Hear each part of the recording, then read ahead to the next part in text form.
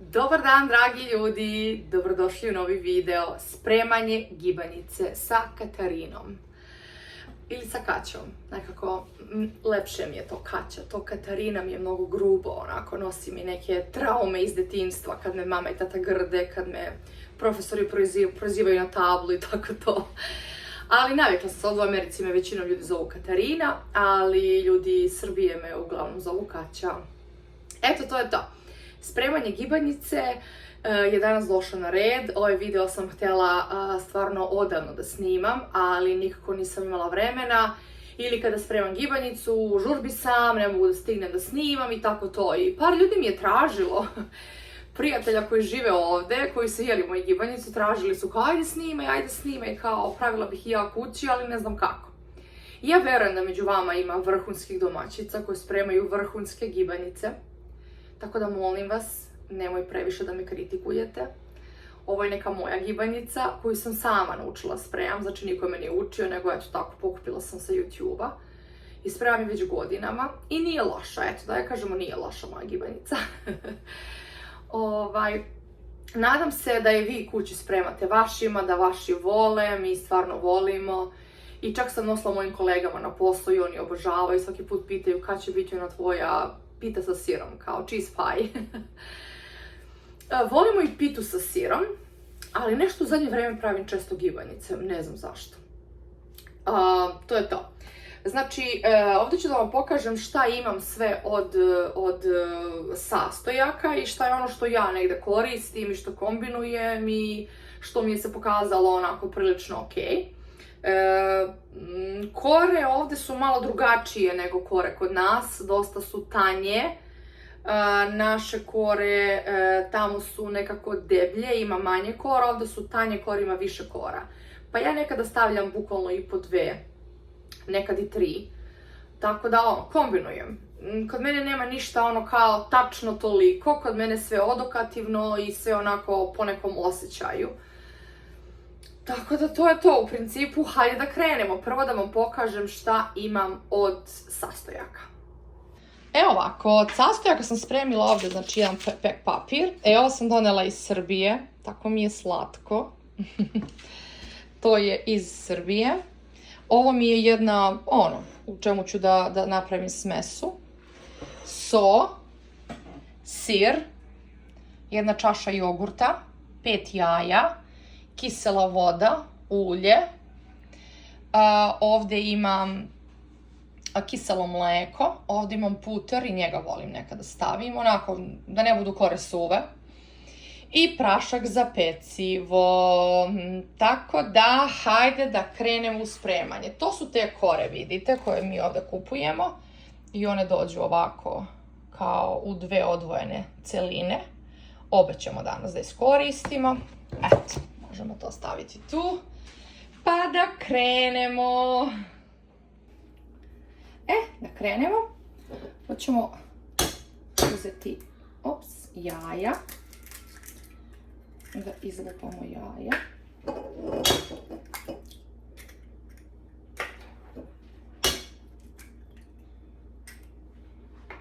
Ja stavljam 5 jaja, sad ne znam, neko stavi 6, neko stavi i manje. To je već sve, hajde da kažemo, stvar nekog, šta ja znam, kako ko voli. Ja sam neko ko odmah sve čisti, znači ja ne mogu ono kao da napravim haos pa onda da čistim, ja odmah to sve čistim, odmah sve bacam, tako da ja kad završim spremanje, za mene nema što puno da se čisti, sudovi naravno. Ništa, da ćemo ovo da umešamo, da umučkamo. To je to. Viljuška nam više nije potrebna. I sada ide sir. Feta sir. Ja nemam puno sira. Trebalo bi još sira, ali nisam išla u prodavnicu skorije vreme. Tako da ovo je što imamo sira i to je to, šta da radimo. Ja nisam od onih ljudi koji krenu nešto prave i sad kao nešto zafali i šta ćemo sad? Nećemo ništa. nećemo ni staviti to što nemamo i to je to, improvizovat ćemo. Nekako najviše volim da u izazovu kuvam. Nikako ne volim da kuvam kada mi je sve tu, kada bukvalno sve sastojke su mi perfektno tu. Obožavam da otvorim onako poluprazan frižider i da smišljam šta ću za ručak. Znači, to mi je takav izazov. To mi je baš onako dobar izazov. I ja onda ne znam, aha, ovo, pa ću s ovim, pa fali mi ovo, pa mogu da stavim ovo. Znači, obožavam to da radim. Tako da, jako mi je to zanimljivo. I uvek ispadne dobar ručak. Ono je, kao kažu, lovački ručak, šta nađeš. Ali ja stvarno skuvam super ručak od ništa, ono, mislim da dok sam još bila student, da sam znala, imala sam taj, ono, da kažem, taj dar da od ničega spremim ručak. To je to, ništa, odmah ovo bacam, odmah ovo sklanjam, da nam ovo ništa ne smeta. To je to, ćemo sad malo da promešamo. Da se to malo sjedini. Da se još izdrobi ovaj sir.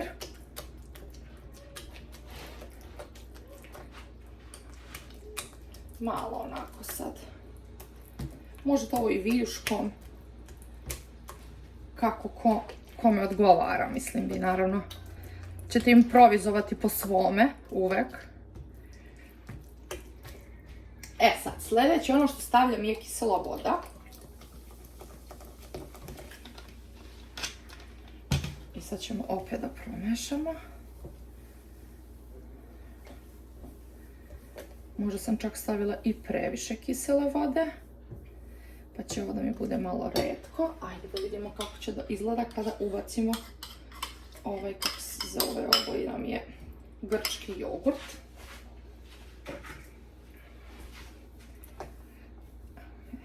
Mislim, ono i treba da bude onako vodenije, više vodenije nego kad pravite pitu. Jer umačete kore. I sad je meni možda malo više vodenije, ali dobro, nema veze. Idemo prašak za pecivo.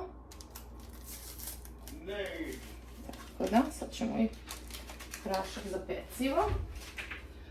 Ima ovdje kod nas, ima dosta tih radnji. Ruska prodavnica, mislim da su te turske prodavnice su u Evropi, kod nas su ruske. Ti marketi, evropski marketi, i tu uglavnom kupujemo prašak za pecivo. I tako, dosta ima i nekih zanimljivih stvari, to vas mogu voditi jedan dan da vam to pokažem. Malo jogurta, nećemo puno pošto nam je ovo već redko. Ops, izvinjavam se. I ja ubacim malo ulja. I pored toga što je feta slana, ja uvek nekako dodam malo soli. Ne znam zašto, ali eto tako. E sad, ovo bi trebalo ovdje još da se ubaci sira. Ali ja trenutno nemam. Nisam išla u taj naš ruski market gdje mogu da kupim taj neki baš lep sir. Ima ga i u Kosku. Grčka ta feta nije ni ona loša, ali ovo mi je iz ruskog marketa. I volim da šopingujem u tom ruskom marketu. Tamo mi je ima da se kupi dosta naših stvari. Eto, ako vam je zanimljivo, mogu vam snimati šta ima da se kupi. Smesa je gotova. Vidite kako je prosto. Samo što ovdje, retko je, bi trebalo možda još malo sira da se stavi. Ali, eto, to je otprilike neka malo ređa smesa. Evo, čisto da vidite. Kao za palačinke. I još bi sira trebalo da se stavi ovdje. E sada, to ćemo tu da stavimo. Sad nam treba ovdje ova naša šerpica. Možete neke dublje, možete i pliće. Evo, ja sam uzela ovu. Vidjela sam trik da se ovaj pek papir stavi u vodu. Sad miješavamo.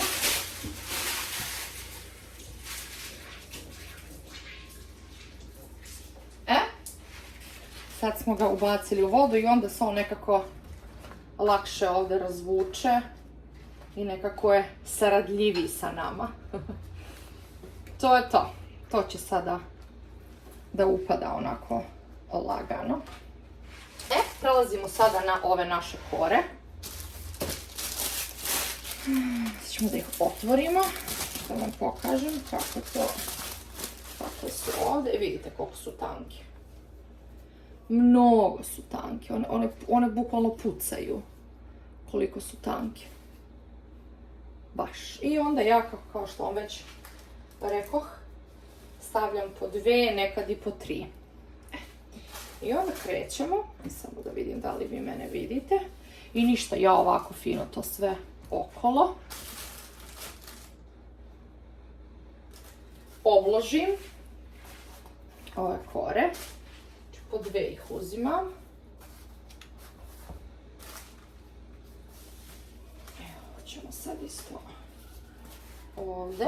I onda sad moramo da popunimo i ovu rupu. Stavit ću tu malo više, jer ipak treba da nam drži sve to. I onda lepo sada ovako napravite skroz.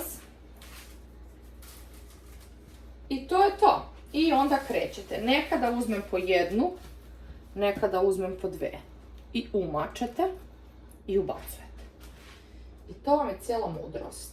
Neka mi oproste ove domaćice, stvarno prave dobre domaćice, ako ja ovo ne radim baš najbolje. Ako vidite da negdje grešim, da bi nešto mogla bolje, vi mi recite, molim vas. Ja sam tu da slušam sve vaše sugestije. I to je to. Znači, opet da ponovim da vam je ovdje trebalo još sira dodatno i da ovo možda nije bilo dovoljno. Sad, ja ga možda malo više umočim, ali ja vam kažem, ja to sve odokativno. Vi možete, ako volite suvlju, možete napraviti ovo malo ređe. Ako volite malo življe, onda možete ovako kao ja potapati baš puno. To je sad već na vama kako ćete vi sad to sve da organizujete. Sad imaju neki ljudi koji bukvalno samo ovako malo. Bukvalno, eto, ima i toga. Evo, tako ću ja ovu jednu, ću sad da vam pokažem. I sad vi onda ovdje kombinujete posjećaj. Tamo gdje je suvlje, stavljate ove suvlje, tamo što vam je vodenije. Evo, neću ovu previše, jer ni ova pored nje je vodena, pa ćemo ovako da kombinujemo. To je to. Bitno je da to samo se umoči. Ovo je nekako... To sam ja negdje naučila, evo, ostalo mi sav sir mi ostao dole, ali to ja posle rukama stavim preko. Evo, na primjer, ovako uzmem samo ovaj sir. Oprala sam ruke, naravno, da sam ruke oprala, a i ovo je za moju porodicu, tako da ja mogu onda sa rukama, ali naravno pre spremanja jela se ruke operu, to se podrazumeva i ja stvarno ne mogu sa rukavicama. Nekako mi nije to. Evo. I dalje stavljam kore. Ćemo da vidimo. Možda će mi trebati još jogurta.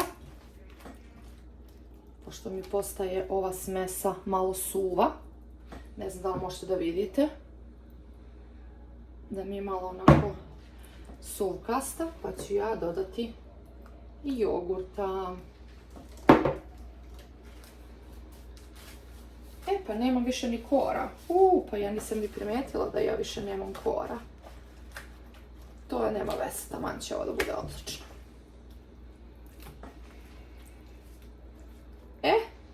Ove su mi kore ostale za vrh. Znači, sad sve ovo što mi je ostalo, ja lično uzmem i stavim preko. Da to bude stvarno onako jedna bogata gibanica. Sada uzimamo i pokrivamo sa ovim korama što su nam preko.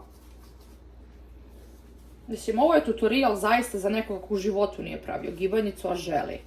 Za vas profesionalce, oprostite ako negdje grešim i dajte savjet. Eto. Ali bitno je da se trudimo, jel tako? Bitno je da želimo da spremimo svojoj porodici. To je najvažnije. To otprilike izgleda tako. Što ja onda uradim? Ja onda uzmem ovaj puter. Mislim, ovo ništa nije zdravo. Ovo apsolutno nije zdrav recept. apsolutno nije zdrav recept. Molim vas, samo nemojte da pišete jao, kalorije. Ne, a ovo je bukvalno bomba. I onda uzmem i stavim preko i ove kore. I jednu ćemo koru da stavimo ovako nakrsno. Tako. To je to. Šta sad uradimo? Ovo što mi je ostalo, ovo jako malo mi je ostalo, kao što vidite. Uzmem lepo i stavim ovako. I onda lepo razmažete okolo sve.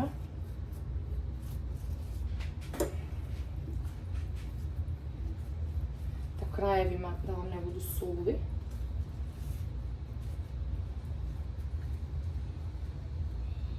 Šta mi je ovdje papira, šta mi je. I onda ja opet stavim malo putera. Čini vam se da je sad puno, ali verujte mi, to se tako lepo upiju ovi krajevi. I tako budu lepi, onako sočni. To je to. Tada! Moja gibanjica je spremna za pečenje. Ovo je sad možda mnogo putera, više nego što inače stavljam. Ali hajde da vidimo kako će da izgleda sa malo više putera. Šta još možemo da stavimo, ali ja ovaj put nemam, a to je susam. Samo da pogledam da li ga imam. Nažalost, ostalo mi je jako malo susama, jer sam pravila mafine. Evo da vam pokažem. Pravila sam mafine sa tikvicama i onda sam tu iskoristila susam.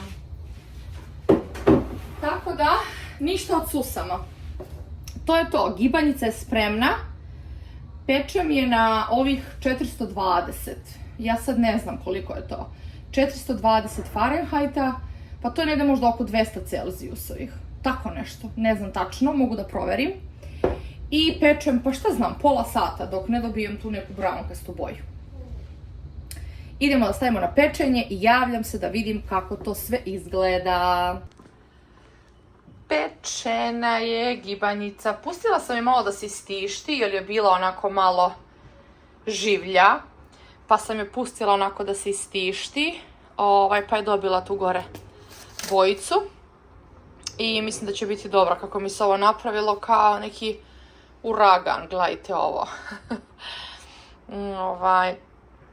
Tako da, posle kad budem isekla, pokazat ću vam kako izgleda. Nadam se da je ukusna.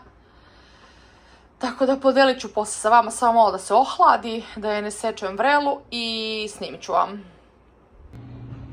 Gibanjica se ohladila i ja sam je isekla. Isekla sam jednu polovinu, evo. Možete vidjeti kako je ispala. Sad, to je to. Neka to ispadne bolje, neka to ispadne onako, kako kad, ali sve u svemu ovo je jako ukusno i nadam se da vam se svidjelo. Dragi moji ljudi, ako se i vama svidjela ova moja gibanjica, vi pokušajte da je napravite, vrlo je lako. A za one koji stvarno dobro prave gibanjicu, nek mi napišu dole u komentarima neke savete gdje mogu da se poboljšam. Možda sam ovaj put stavila manje sira nego obično i više putera nego obično. Eto, to bih ja lično promijenila sljedeći put. A vi mi napišite kako vam izgleda ceo proces i kako vam izgleda na kraju kada je ispalo. I napišite mi da li možda vi želite da probate, da pratite ove moje korake.